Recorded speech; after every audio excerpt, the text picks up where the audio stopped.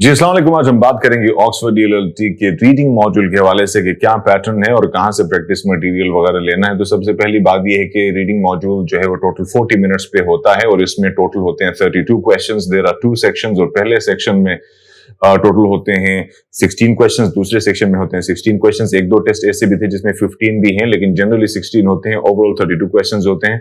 जहां पे number of questions कम है वो बेसिकली एक ग्लिच है और इसमें आईएलटीएस की तरह से नहीं है, काफी डिफरेंट है, यानी सीक्वेंशियल ऑर्डर फॉलो नहीं होता। समटाइम्स होता है एक दो सवाल तक and then suddenly it changes. इसमें शुरू के सवाल अमूमी तौर पे वोकैबुलरी के ऊपर होते हैं, फिर उसके बाद कॉन्टेक्स्ट के हवाले से सवाल होते हैं। मल्टीपल चॉइस क्वेश्चंस बहुत ज्यादा हैं और वोकैबुलरी के हवाले से जो सवाल हैं वो बेसिकली वो सिनोनिम्स हैं। तो याद रखना, सिनोनिम्स के हवाले से बेहतरीन टिप यही हो सकती है कि एग्जैक्ट वर्ड की जो मीनिंग डिक्शनरी में आपको मिलती है जरूरी नहीं है कि हमेशा वो वाली मीनिंग हो।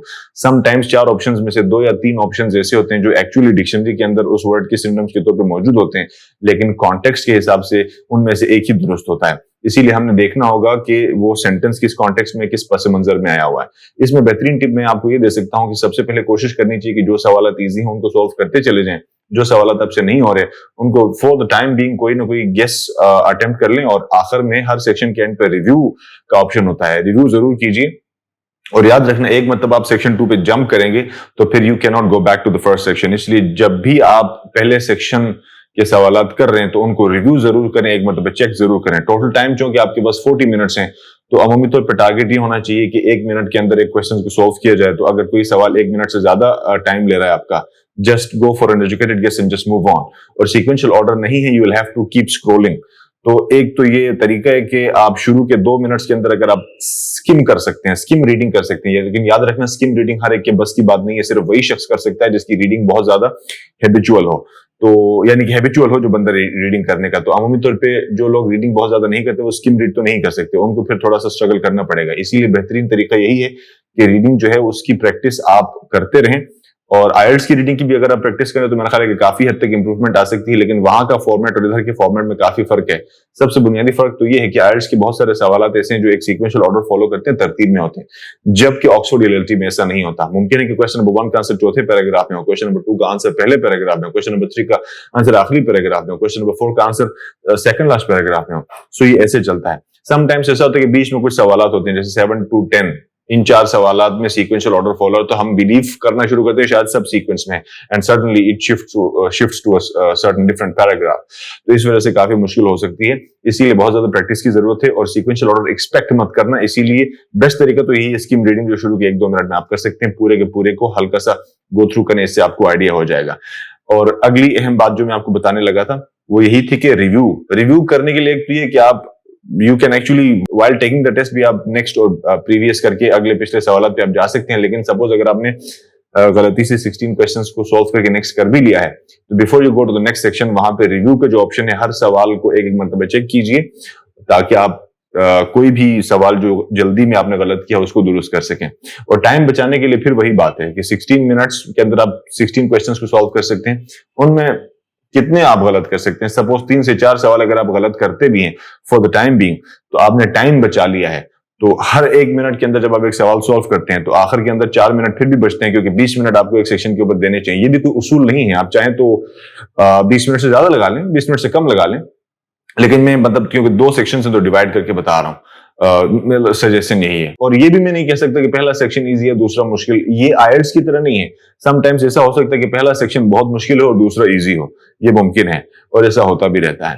तो इसलिए इसको देखिए। बाकी रीडिंग के हवाले से कुछ टिप्स जो प्रीवियस वीडियोस में मैंने, जो सीक्रेट्स वाली वीडियो में जो मैंने बात की थी उसके अंदर से अभी आप कुछ बातें देख सकते हैं। लेकिन इसमें मैं आपको ये बता दूं कि जहां कहीं पे भी कोई नंबर आता है अगर आंसर में, तो वहां पे आपने इंस्ट्रक्शंस देखनी है कि क्या वहां नंबर लिखना अलाउड भी है कि नहीं है। सपोज अगर किसी सवाल का आंसर है 3, तो मुमकिन है उन्होंने कहा हो कि जो भी नंबर है उसको आपने वर्ड्स में लिखना है, तो उस सूरत में आप डिजिट 3 लिखेंगे तो आंसर सही कंसीडर नहीं होगा, वहां पे आपको THREE ही लिखना होगा।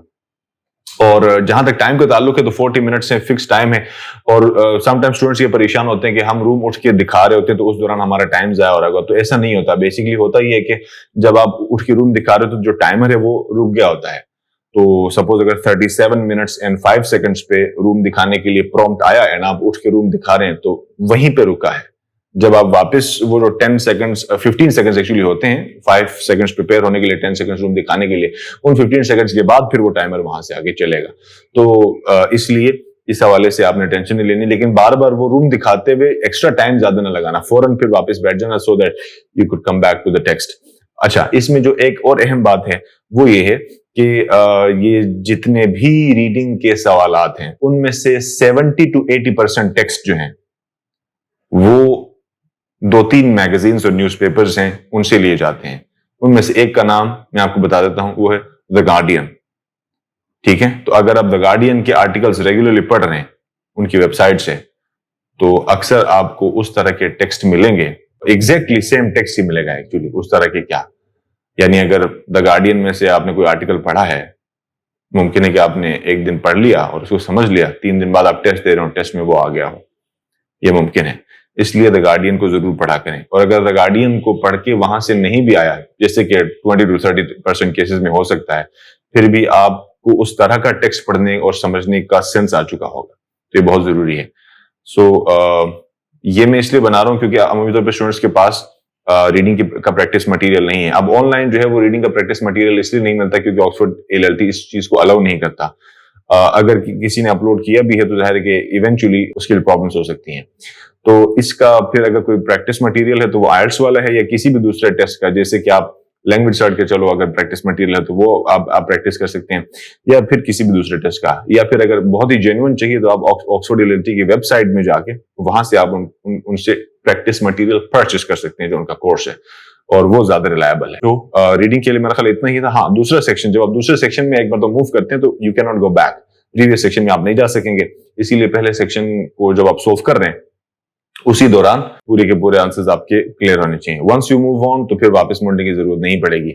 और दूसरे सेक्शन के अंदर भी आपने ये याद रखना है, क्योंकि टाइम का इशू है, तो सपोज अगर आपने 25 मिनट्स में पहला सेक्शन किया है तो हमारा पहला एम ये होना चाहिए कि within the next 10 minutes we should be able to complete all the 16 questions from the last section, क्योंकि हमें कुछ सवालात आखिर में भी इजी मिल सकते हैं। शुरू के मुश्किल सवालात अगर आते हैं उनको सॉल्व करने में टाइम वेस्ट हो रहा है, तो आखिर में जो इजी सवालात थे वो भी जाया हो जाएंगे। इसीलिए पहला तो आपने एम ही ये करना है, अगर ज्यादा टाइम लगा है पहले सेक्शन पे तो दूसरे सेक्शन में जाके एम ये करना है कि जल्द अज जल्द पूरे क्वेश्चंस को क्विकली जो हो सके मैं कर लूं 10 मिनट के अंदर। फिर जो 5 मिनट बचेंगे वापस आप क्विकली आ जाएं, रिव्यू करें और फिर एक एक करके वो सवाल देख लें जहां पे आपको डाउट था।